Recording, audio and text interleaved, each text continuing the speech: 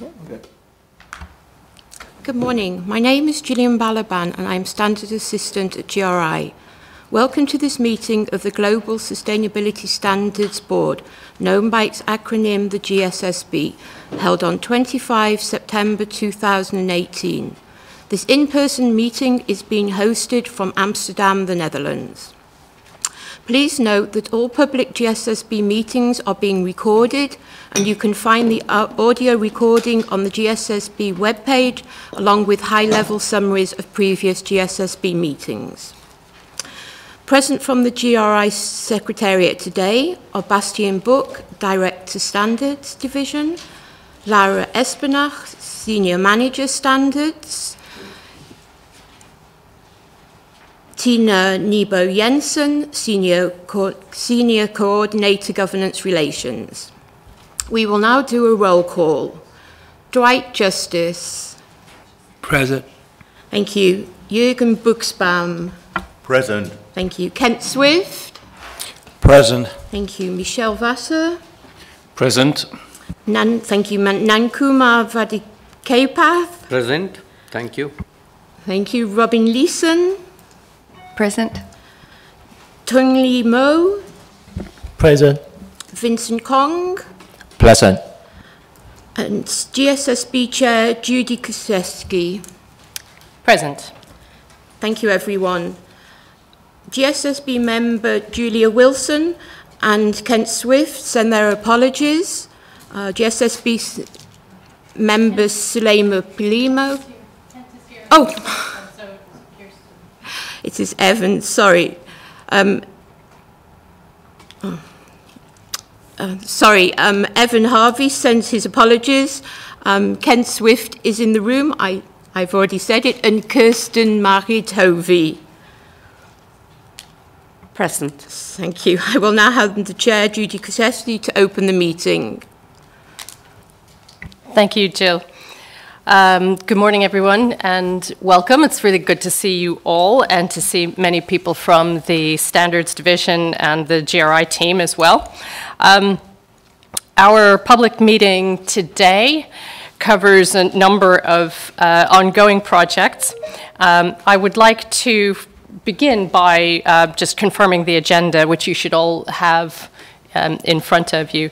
So we will begin with a general update from the Standards Division before going into the project update on the human rights-related GRI standards. Following a break, we will move on to the disclosures on tax and payments to governments, then we have a discussion of a stakeholder submission for our consideration before closing the public meeting on day one before lunch, and then we'll go into some informational sessions in the afternoon. Are there any questions or observations about the agenda that anybody would like to make at this time? Okay, thank you very much. Jill, for the record, do we also have Sulema Pioli on the Skype? We do. Okay. I'm not sure I recalled hearing her name being called. Sulema, welcome, and we're sorry that you're not here in person. Okay, so the first thing that we need to do now is to approve the meeting summaries. We have a summary from our 28th of June virtual meeting, and then we also have a summary of the electronic vote that took place to approve the membership of the working group, the project working group for the review of GRI waste disclosures. Both of these documents have been distributed. They're in your packets. And I'd like to ask, first of all, does anyone have any edits or comments or questions on the first of these, item 1, which is the draft summary of the virtual meeting on the 28th of June?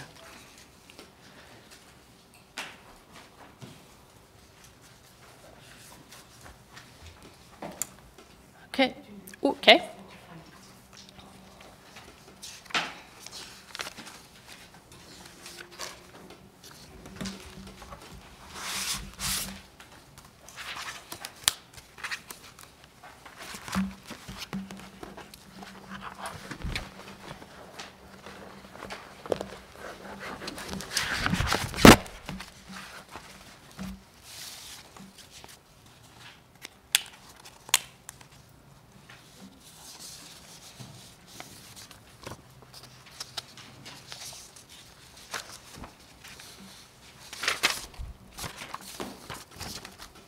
Kirsten, yes, please. It's actually very technical, but on line 92, it says session 9, GSSB feedback on net guidance and practice projects communication. I'm sure that we learned in that meeting what net guidance is, but I must admit I can't recall it. Network engagement team, is it not? Yeah. Yeah, it's the reference to the network engagement team at GRI. So for future summaries, we will just write this out. Yeah.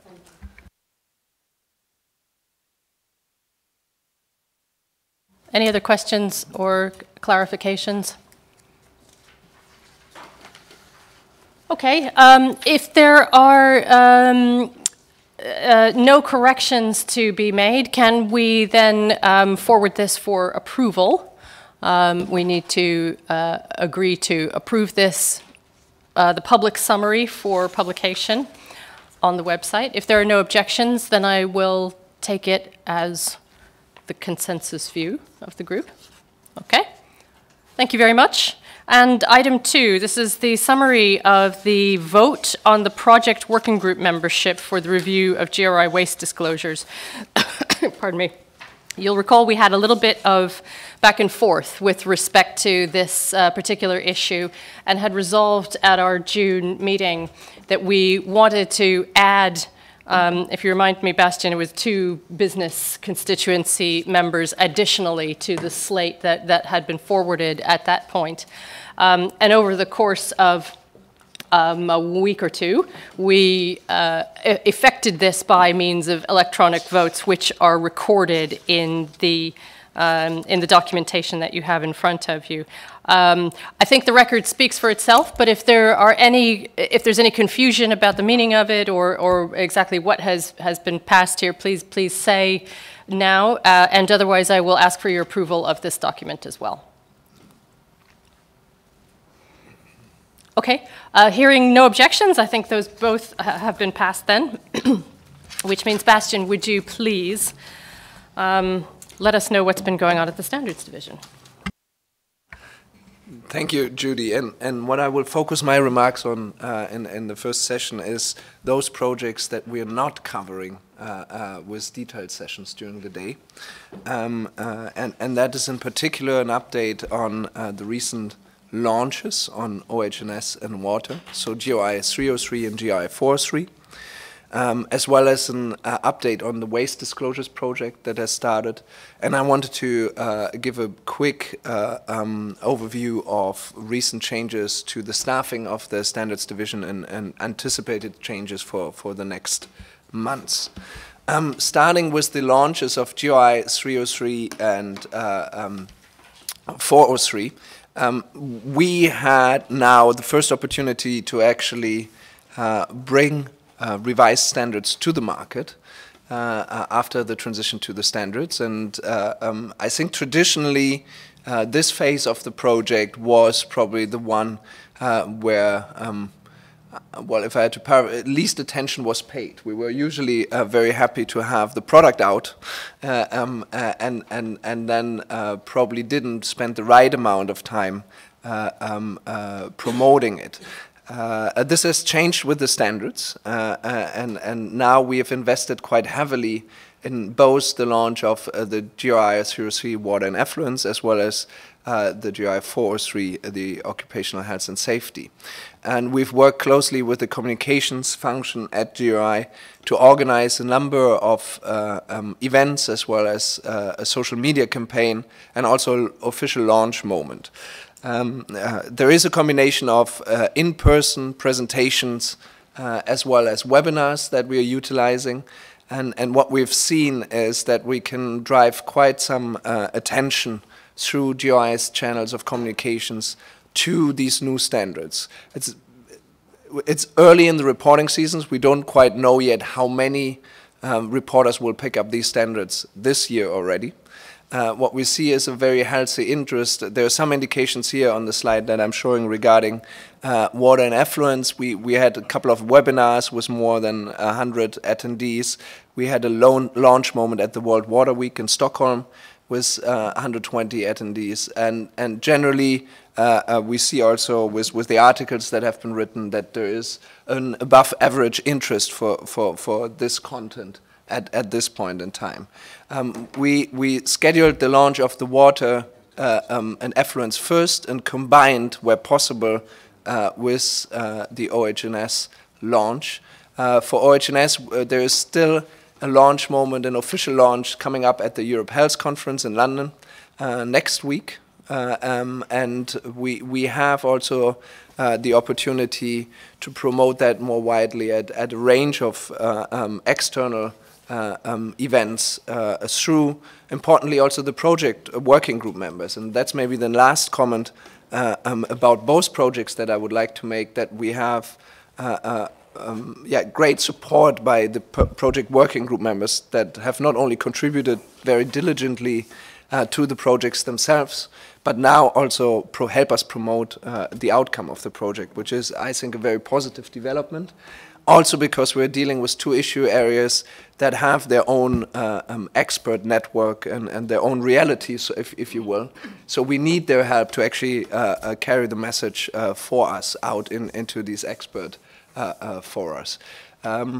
We will report back likely at the October meeting with an update on how this actually then translates into downloads of the standard. As I said, it's a bit too soon to do that, and we have some technical work to do in the background to give you an answer for that. And it will be interesting to see over time how much interest we have in terms of first-time reporters for these standards in the coming months. We have a question from Kent. Yes. So if I was to go up to the website, would I find the standards updated now with the new water standard? I guess I was kind of wondering about the mechanics. Yes. If you go to the website, you will see the two new standards profiled as the most recent additions to the set of standards. You will also find that if you happen to download the older version of those standards, that you are basically being redirected or at least notified that there is a new version of it. We have to keep, because of the transition period, both standards current. What we have changed, there is a consolidated set of standards.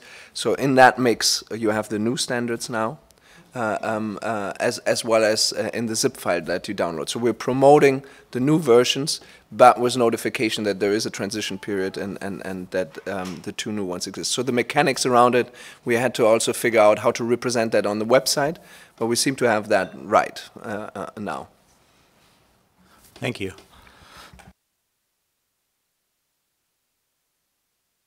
If there are no other questions, then I move on to the second item, which is an update on the Waste Disclosures project. This is the project that we've just alluded to in terms of the electronic vote. To get this project started, we had to bring 2 additional business constituency representatives on board, which we have succeeded in. And we have now, in the run-up to their first in-person meeting, 2 virtual meetings. We're modeling this project very much after recent experience with water, OHS, and tax and human rights. So we're trying to bring the project working group together to basically come up with first ideas of what they want to discuss in detail at the in-person meeting. They will meet 16th and 17th of October in Amsterdam with the aim to agree the broad outline of a draft standard, a revised standard. One note that I should be making is that UNEP, who has been part of the group and the initial slate of nominations, has withdrawn from the project due to scheduling conflicts. They couldn't nominate a member or replacement for the initial candidate that was able to dedicate the right amount of time to this project. Since we have been, I think that was the feedback of the GSB, well covered on the side of the constituencies that are not business. This is not a big issue. What we will do is we will seek feedback from UNEP directly and the colleagues there that deal with waste as an issue during the field test and the public comment.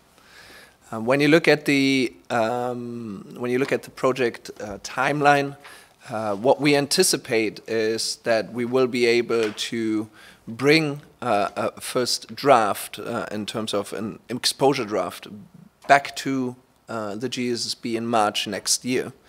So we will use the time between October and March to work with the group on a full draft and also hold a field test early in the year. But this is ambition. I think we have to look at the reality after the in-person meeting.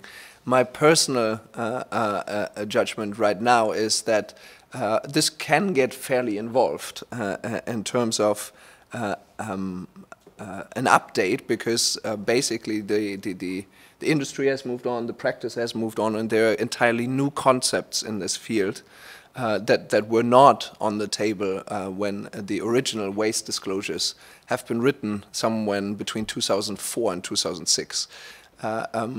We believe that we have the right experts in the room, so that is not a concern, but it might take a bit longer to actually figure out the detail on how to arrange these disclosures that pertain to the new way of looking at waste, things like circular economy and so on, in this standard. We will provide updates about this for sure in the October call right after the in-person meeting of this working group, and November, so that you have an updated timeline at any moment in time. Last mentioning then from me around staffing, and first of all, it's a very positive development. I think we are now finally adding colleagues at a fairly rapid rate to the team. We have a number of new additions. Some of the colleagues join us now also at this meeting. We have added a lead for our sector program, Madeir. We have added Kari, who is going to take care of all our publications. We have an increasing number of publications to take care of, but importantly also translations. Kriti has joined us as a writer recently, after having worked with the team for the past months, and also having worked with GRI before. And we have right now 4 more positions outstanding, 2 for the sector program to get the initial team into place, and 1 manager for the standards update projects, and an additional team assistant, since we are now coming close to 20 members in the team. We will need more support also for the admin tasks. This is in line with projections that were set out in the budget for the GSSB for this financial year. It has been overall a bit slower to put the hires in place, but we will, before the end of the financial year of GRI, which is in December, be able to make these last hires and conclude that process. So overall, we are fortunately coming back also to capacity in terms of the team, and we start to add over and above to the capacity that we had at some point. What will require attention now is that we're looking at how we organize this growing team differently, and that is in particular the line managements that we will look at. You see that we, well, basically have challenges to organize the number of line managers for individuals, and that's myself, but also senior managers. We have to look at what's the right balance between attention to project work and content work and line management duties, and that will be a task for the next months to resolve. If there are any questions about the staffing or the waste project, then there's an opportunity. Do we have the new staff in the room? I think we may have yes. some. Yes. Would you like to introduce them, or would that be the this be the moment to do that? Yes, or, the moment of fame. Yeah. Maybe we start with Kriti then. Kriti has joined us just a few weeks ago. Yeah. Do you want to say a bit about your background and what brings you to GRI? Sure. Hi, everyone. I'm Kriti. As Bastian mentioned, I've worked with GRI before. I was part of the communications team, and I was running their newsletter for a few months. And then over the last year, I've been working with the GRI, OHS, and water disclosures. And now I joined the team formally. So I look forward to it. Welcome. Thank you. Thank you. Hello, my name is Madare. I've met some of you already. I just joined GRI a month ago for the sector program. I was most recently at Sustainalytics, where we were also working on sectors. So I've had a rehearsal run, I would say. Welcome. Good morning, everyone. My name is Kari. I have joined 5 weeks ago at the same time with Madare. I previously worked at the Welpers Photo Foundation based in Amsterdam, and I was in charge of their publications and brand management. And I look very much forward to learning more about the sustainability world because I'm completely a novice in this area. Great. Thank you.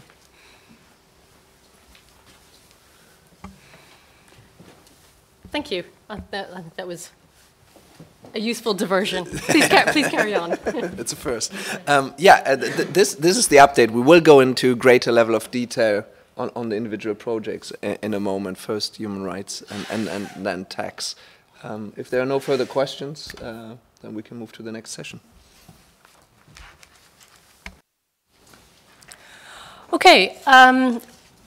As Bastian has indicated, this moves us on to the next session on the agenda, which is the project update with respect to the review of the human rights-related standards. Looks like Laura will be joining us at the microphone, possibly. Okay.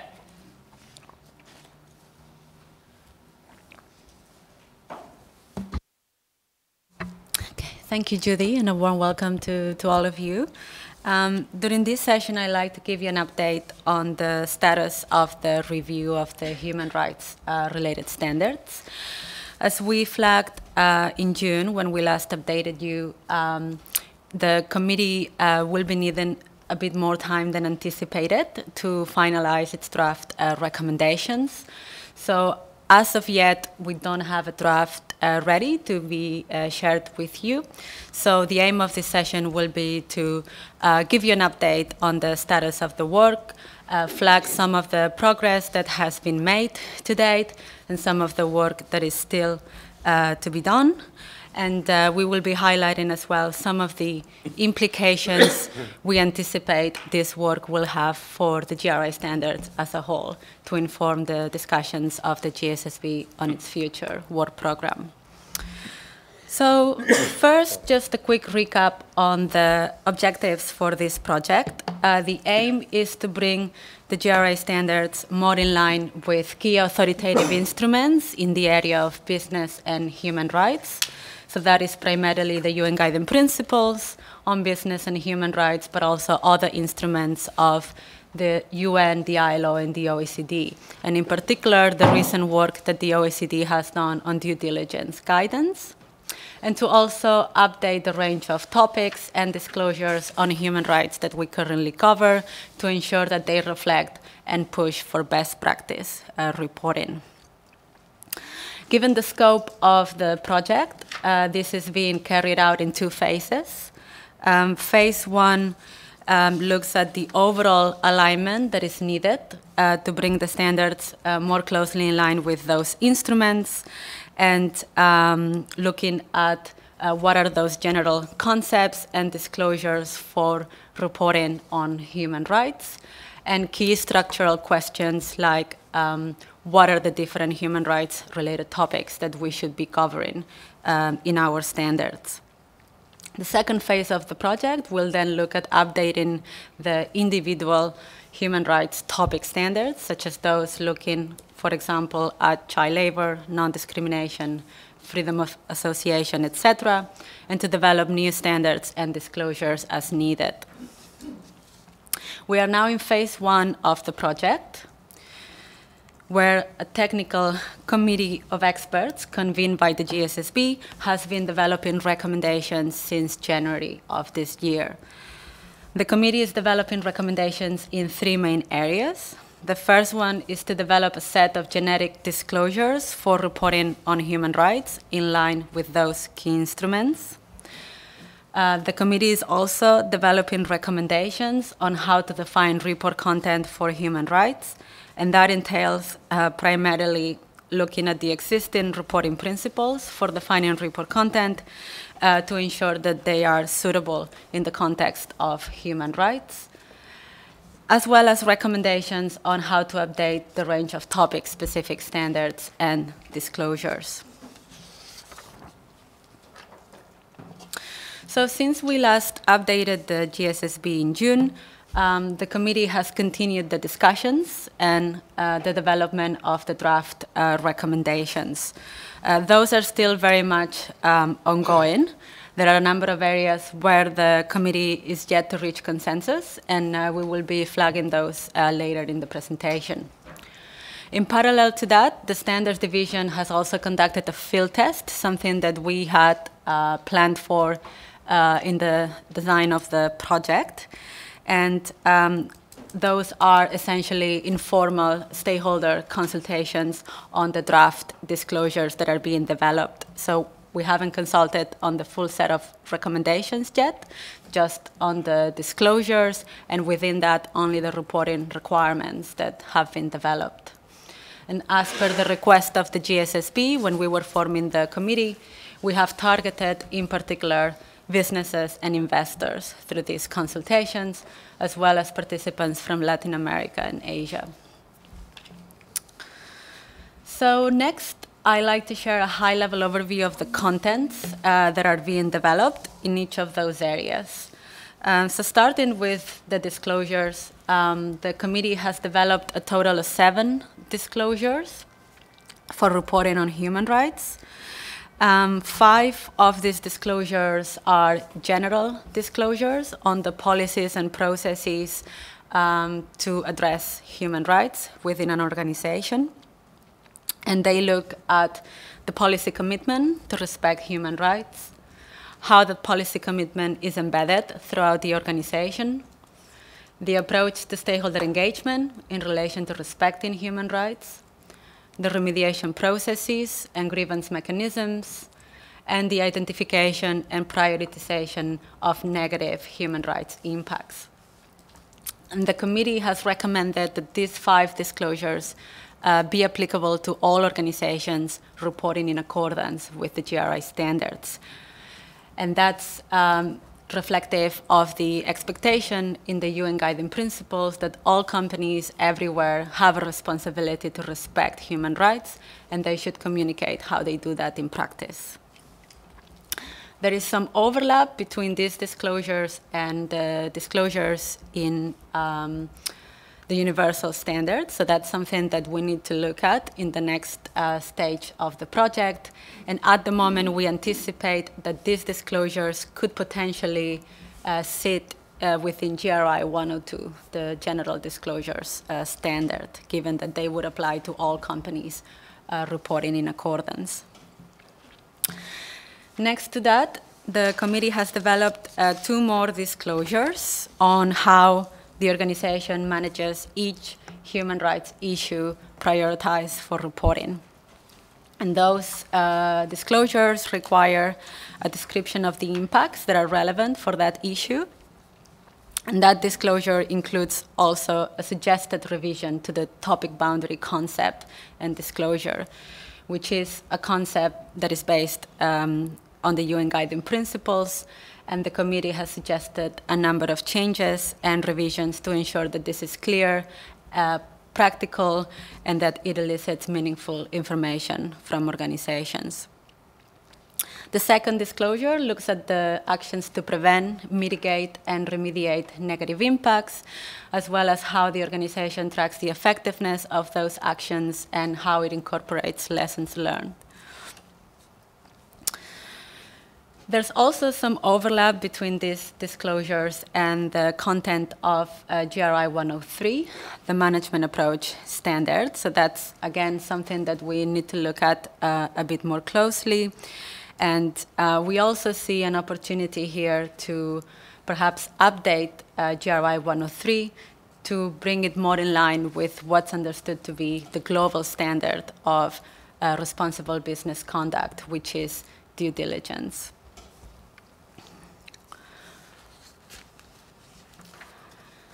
So what's still pending to finalize the draft disclosures? First of all, the committee still needs to further discuss and develop the disclosure on the identification and prioritization of negative human rights impacts.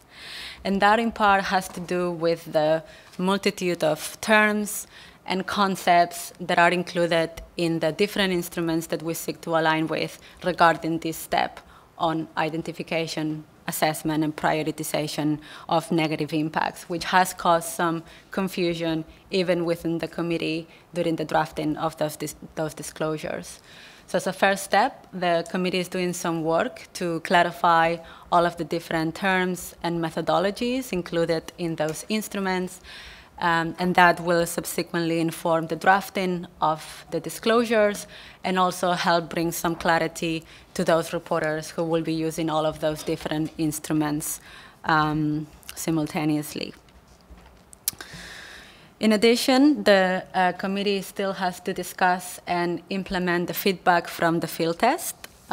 We concluded the last 2 consultation sessions last week, so we are now in the process of compiling and analyzing all of the feedback.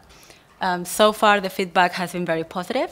Stakeholders like the direction that the disclosures are taking, and they found the disclosures to be generally clear, complete, and eliciting meaningful information. We also collected a number of suggestions to improve and further refine the disclosures, and we will be taking those back to the committee in the coming weeks. And finally, given that the disclosures that have been developed are very much in line with the guiding principles, and given that the guiding principles are only about addressing negative impacts, some work still needs to be done to clarify how reporting on positive impacts can be achieved through these disclosures. So that's another scope of work that we will be looking into. Moving on to the next area on the recommendations for defining report content for human rights, the committee is recommending to revise the reporting principles for defining report content to align with the key expectations formulated in the guiding principles and other key instruments. For example, the committee is recommending that if the term significant impact is to be kept, that is updated to reflect the combination of the severity and likelihood of an impact, where severity would be defined as the scale, scope, and irremediable character of an impact, and where for human rights specifically, the severity of an impact would be where the emphasis is given to in assessment. The committee is also recommending to emphasize even more the focus on risks to people, which is crucial in the area of human rights, and to also emphasize more strongly other important notions introduced in the guiding principles, such as assessing those impacts that are directly linked to the organization through its business relationships, where we look at business relationships as a broader concept than just supply chain or value chain, and integrating even more the perspective of affected stakeholders in the assessment of impacts. And finally, the committee is also proposing to revise the illustrative materiality matrix, which is included in the standards and also used by many reporters, to clarify that impact is the primary consideration in determining the material topics. And that has to do with the fact that many reporters focus primarily on the risks to the business, and also because some reporters prioritize only those issues that rank highly for both dimensions of the principle, and where in some cases significant impacts are left out when these are not highlighted also by stakeholders. Laura, can I just ask you here? A couple of slides back, you mentioned that the committee was proposing, or they were looking at disclosures on management of prioritized human rights issues and the overlap with GRI 103. Is this on this slide? Does that contain 103 disclosures? Can you tell? I think I'm assuming that this one slide where we're talking about the reporting principles, the issues around significance. Does that refer to these recommendations from 2 slides ago, or are these two different things? Just for my own understanding. Yes, thank you for the question. So yes, this disclosure on the identification and prioritization of negative human rights impacts goes hand in hand with the reporting principles on the final report content. So the recommendations that the committee is making on both the development of the disclosures and on the revision of the reporting principles are very much interrelated. So any recommendations included in this disclosure would need to be reflected in an update of the reporting principles for them to be aligned. Thank you.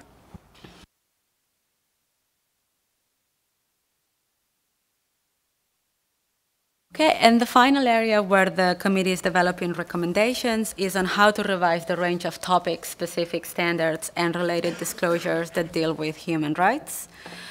First of all, the committee is recommending to withdraw GRI 412, the Human Rights Assessment Standard, given that its contents will be superseded by the disclosures that the committee is now developing. Beyond this, there is very little consensus as to, first of all, whether we need topic-specific standards on key human rights, given that we have this genetic component that can be applied together with any human rights issue identified.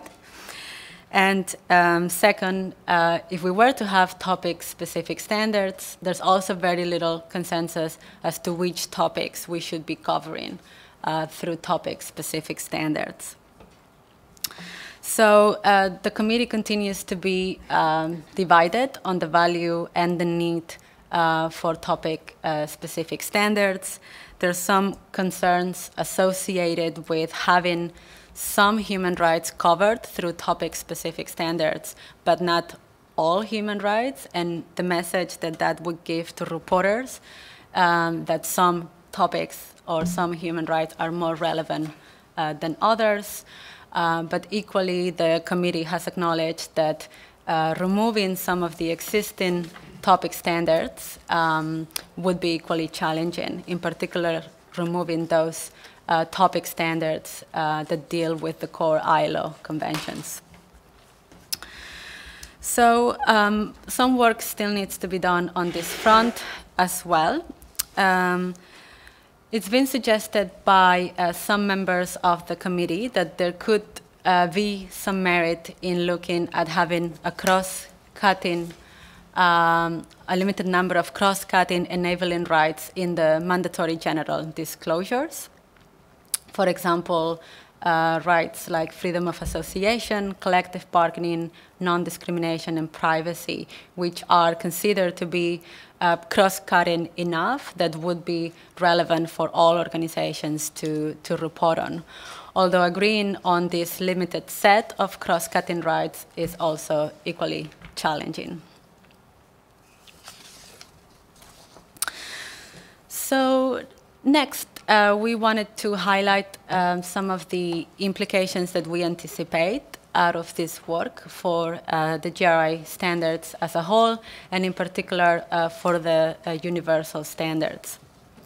As we flagged in the earlier stages of this project, when we were putting together the project proposal, we anticipated that the influence that the guiding principles have had beyond the space of human rights could have consequences for the GRI standards more generally. And we expected that some of the key concepts and expectations included in the guiding principles could be integrated more structurally and holistically across the different GRI standards. So first of all, as we flagged, we see an opportunity to review the management approach standard. First of all, the committee is proposing revisions to the concept and disclosure of topic boundary, and the committee is also proposing to align GRI 103 more closely with the concept of due diligence. Secondly, and as flagged as well, the committee is proposing to review the reporting principles for the final report content to align them more closely with the expectations in the guiding principles, and also to bring more clarity to reporters on the process of identifying and defining report content. As you know, this is one of the #1 questions from reporters, and one of the areas where they struggle the most.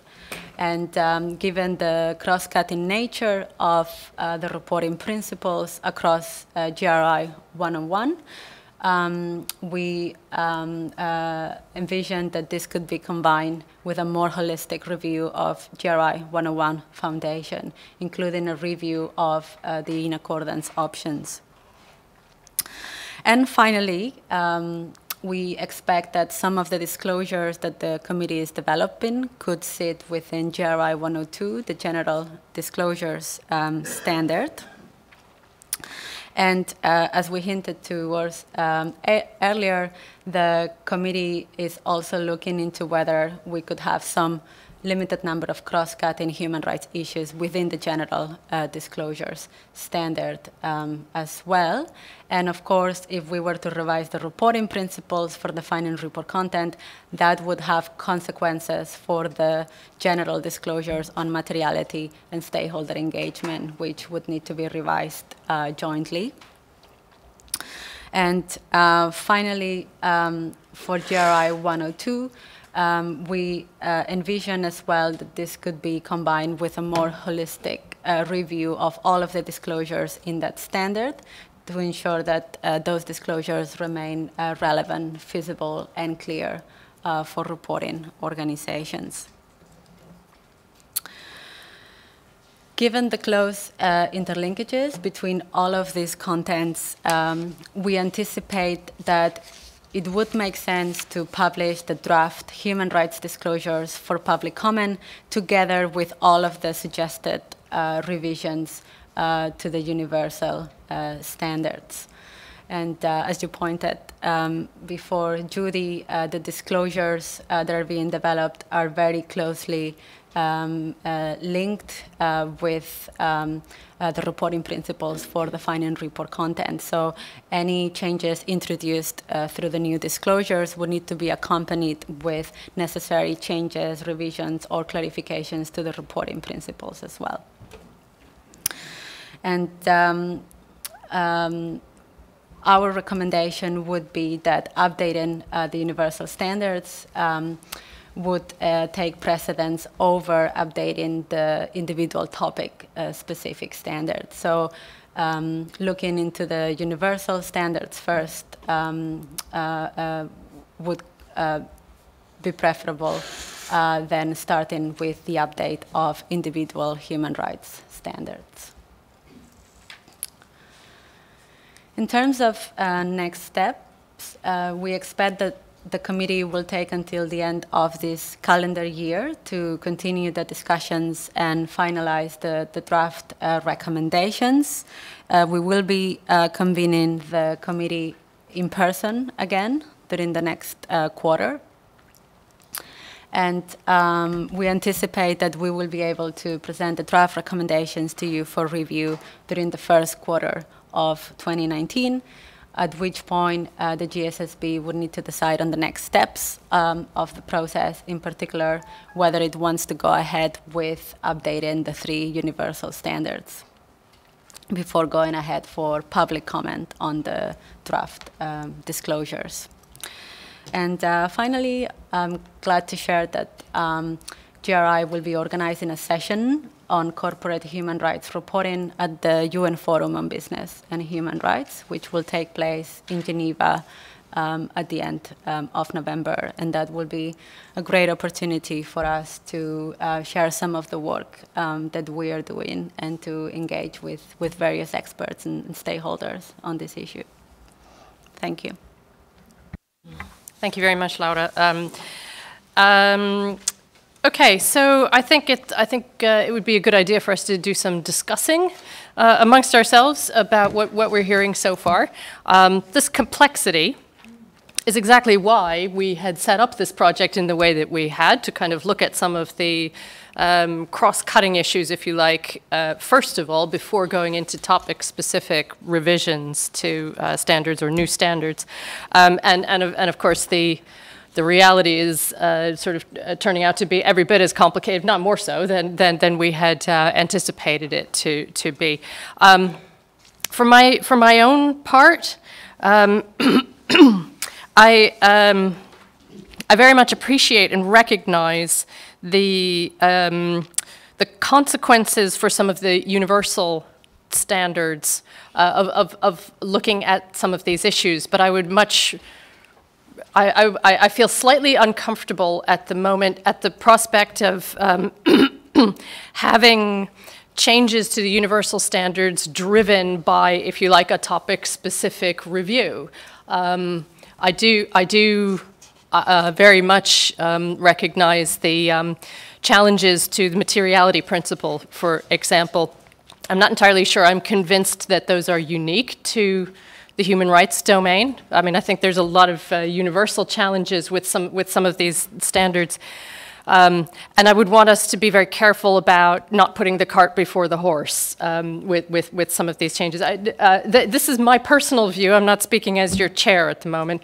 Bastian, I can see you'd like to come in on this. No, I think just from a standards division perspective, I think we would fully recognize that what this project is bringing us is input to an update, but it is not the exclusive and only input that will define what an update of the universal standards would look like. What is important to note, I think, is that there is a body of work emerging from this field of human rights and business that is probably helpful in addressing some of the issues that we've been facing with report content definition and the materiality focus that we as GRI are trying to induce in the market. But it is not the single and only answer to all the questions that there are. There is more guidance needed, and there are other things that we need to take care of. So I think directionally what Laura was presenting is to say we have a whole host of issues that have been flagged, content that is produced by this group. This, we see now very clearly, will necessitate a review of the universal standards, but this is not a review of the universal standards by the technical committee that we've formed and with the mandate that they have right now, but they will provide an input to it. We are still debating the exact format of the project that we're looking at in terms of updating and the proposal that we want to bring to you, but directionally, I think what we see is probably that we will advise to have this project on the universal standard as one that is likely going to be run by the GSSB with the standards division, and we draw on experts where necessary, as opposed to giving an external set of experts basically the mandate to rewrite the core of our reporting framework. I think we will probably need a couple of more weeks to arrive at what exactly that project proposal will be, but also assess what the right support is in terms of staffing and everything that we need to give to this. Laura was alluding to the fact that there is something about having a public comment on the contents that are developed by the technical committee in combination with updated contents of a universal standard. So we need to look at how much resource we need to apply that this is happening in a reasonable time frame. Okay, any members have any questions? Or Kirsten, yes. And I believe this is not the last time we will see that a technical committee or a work group will come up with proposals that can have consequences also for the universal standards.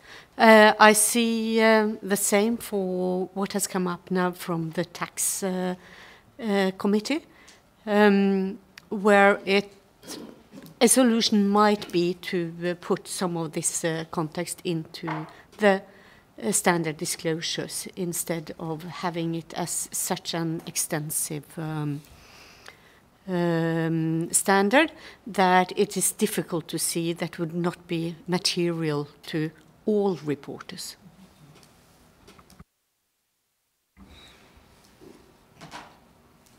Others? I wonder if any of our liaisons from the GSSB would like to share any particular views. Dwight? Yes.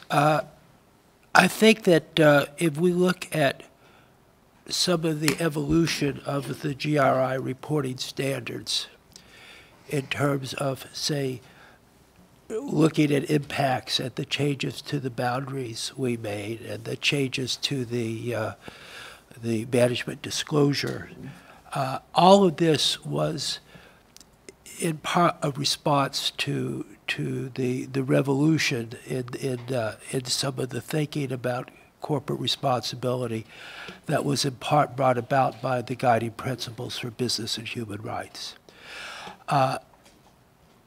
If you look at the OECD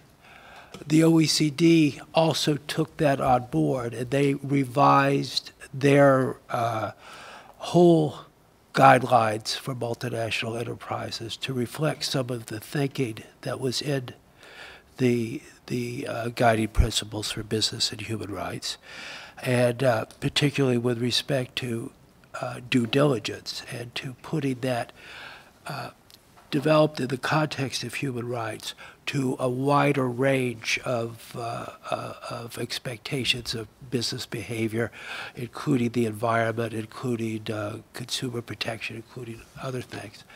And I think what we're doing is, in trying to deal with human rights, we're seeing that some of the things that are reporting principles and some of the broader things need to be tweaked or changed a little bit.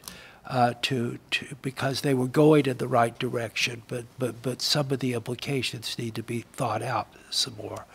And so I would agree that the way to look at it is we deliberately created a sort of high-level technical group to deal with some of these broader issues before getting into the revision, and some of those broader issues, I think, are going to have to be taken in turn by the GSSB, as Bastian said, because they extend beyond human rights. But it's this form of thinking that we need to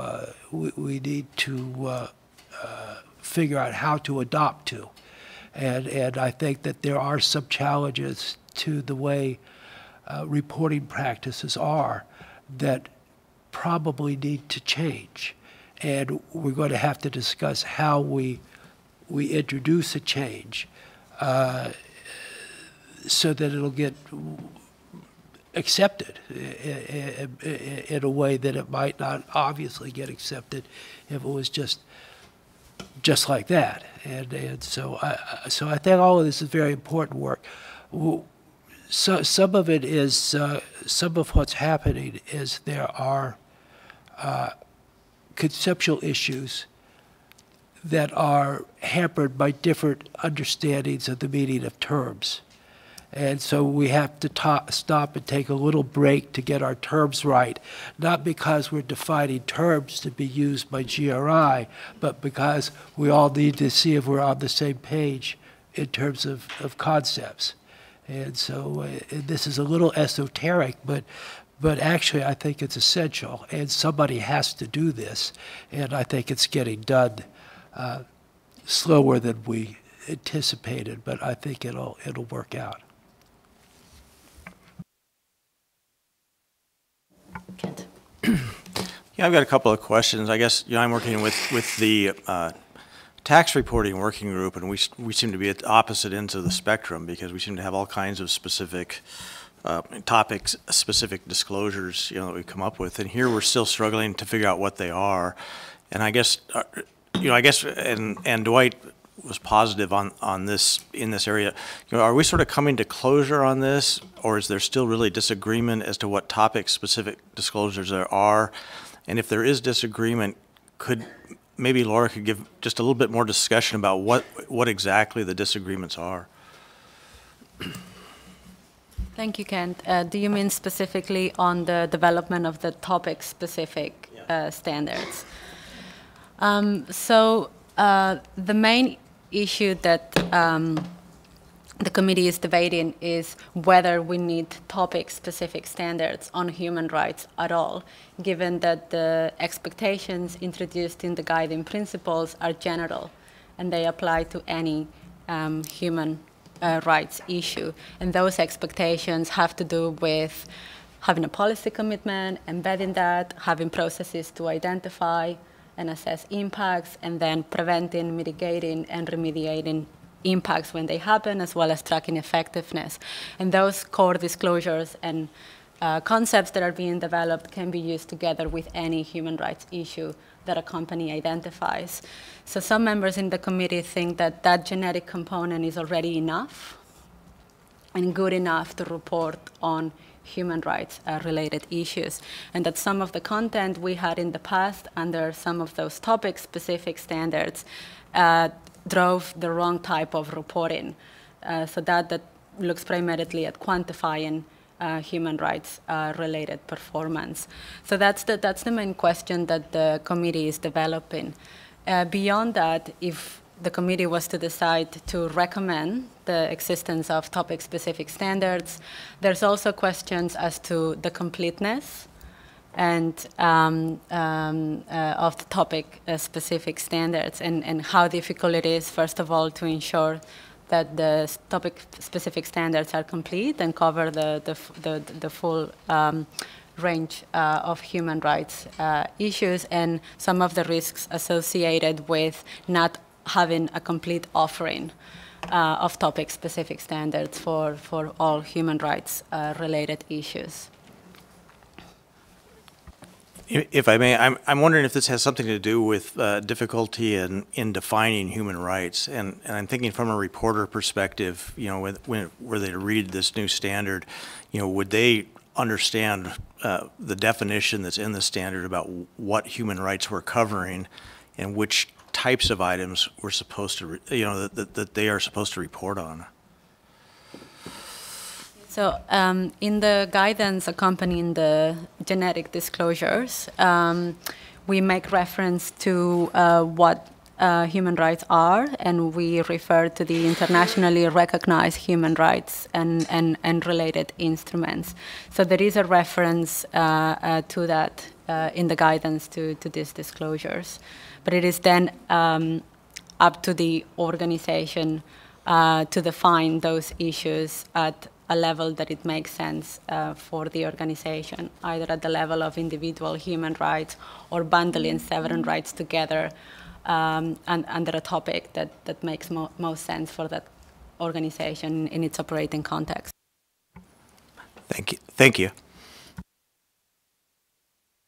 Well, maybe just to add one perspective to this discussion. I think what we're seeing is here specifically the issue that there are two schools of thoughts. One is that you don't want a lot of granularity, topic-specific granularity, to come to an informed decision about whether or not the human rights approach of an organization is right from a stakeholder perspective. But it is not something that is unique to this domain. I think there are other domains where stakeholders that have been involved in our process have argued we want to just get the basics right. That already puts us in a place to have a much better view on a particular issue. I think there's a second school of thought that says we need all this, but we also need more topic-specific, like detail, to come to a conclusion. So it's not enough to have the description of an approach. This needs to be evidenced somehow. And I think this is where we're also, I think, well, the group is struggling a bit with this, because once you start to talk about what would be the right evidence in human rights, that turns out to be particularly problematic, because you might drive the wrong behavior by quantification. The other element here is that it involves picking and choosing and highlighting certain rights, and that is, I think, what the human rights community is trying to overcome in one way, and on the other hand struggles with, because they have particular views on this. So I think that's the and that debate I think is fairly unique to human rights. We didn't have that with other issue areas that we've developed further. And in the end, this is also an issue. I think we will try to explore the different perspectives with the group. It will come back to the GSSB eventually in terms of decisions. I don't think that this group will settle unanimously for one view on this, and I don't think that's also the right thing to expect that. They will come back with explanations of the different views that they're taking, and it is then the question how that resonates with the structure that we have in place with the standards. Okay. As a reporter, I perfectly see where there is an overlap between human rights and existing GRI standards. I'm going to give two examples, diversity and non-discrimination. Non-discrimination is human rights, but diversity is more than human rights. Another example which applies particularly to industries like us is local communities. The way we manage vulnerable populations around a plant where we manage dangerous products is a human rights issue for us, but local communities is more than human rights. As a reporter, I would prefer to see existing standards enriched with the human rights definition than to see human rights specific disclosures which would somehow split the topic between what is human rights and what is not human rights. Therein lies the problem. Yeah, right. This is why I'm saying, as a reporter, I would prefer it to see, I mean, not a multiplication of human rights specific disclosures. Right, right. Okay. Okay. So where do we go from here in the next few minutes? What further discussion and feedback? What do we? I mean, I think as a group, what I'm hearing is that we appreciate where you're at. We appreciate what the nature of the conversation has been. I don't think we yet really have, or at least I don't really have a picture in my mind as to what this might look like, you know, and whether there are multiple thises that might come out of it as well. I think until we have that, I'm not entirely sure how much further we can take this conversation. But please let Laura, Bastian, if you would let us know what would be helpful at this stage.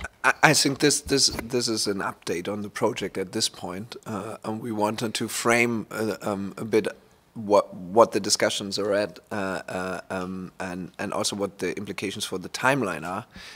The next step for us from the standards division is to think through the implications that this has on the universal standards, and I think as part of the motivation for these projects, we will have to then go into more detail with you around what's the body of work that is basically handed over by this technical committee that could influence the universal standard, and what implications this carries for the scope of the review of the universal standards. And that is something we would like to develop over the next weeks, hopefully in parallel with the discussions that the technical committee is having.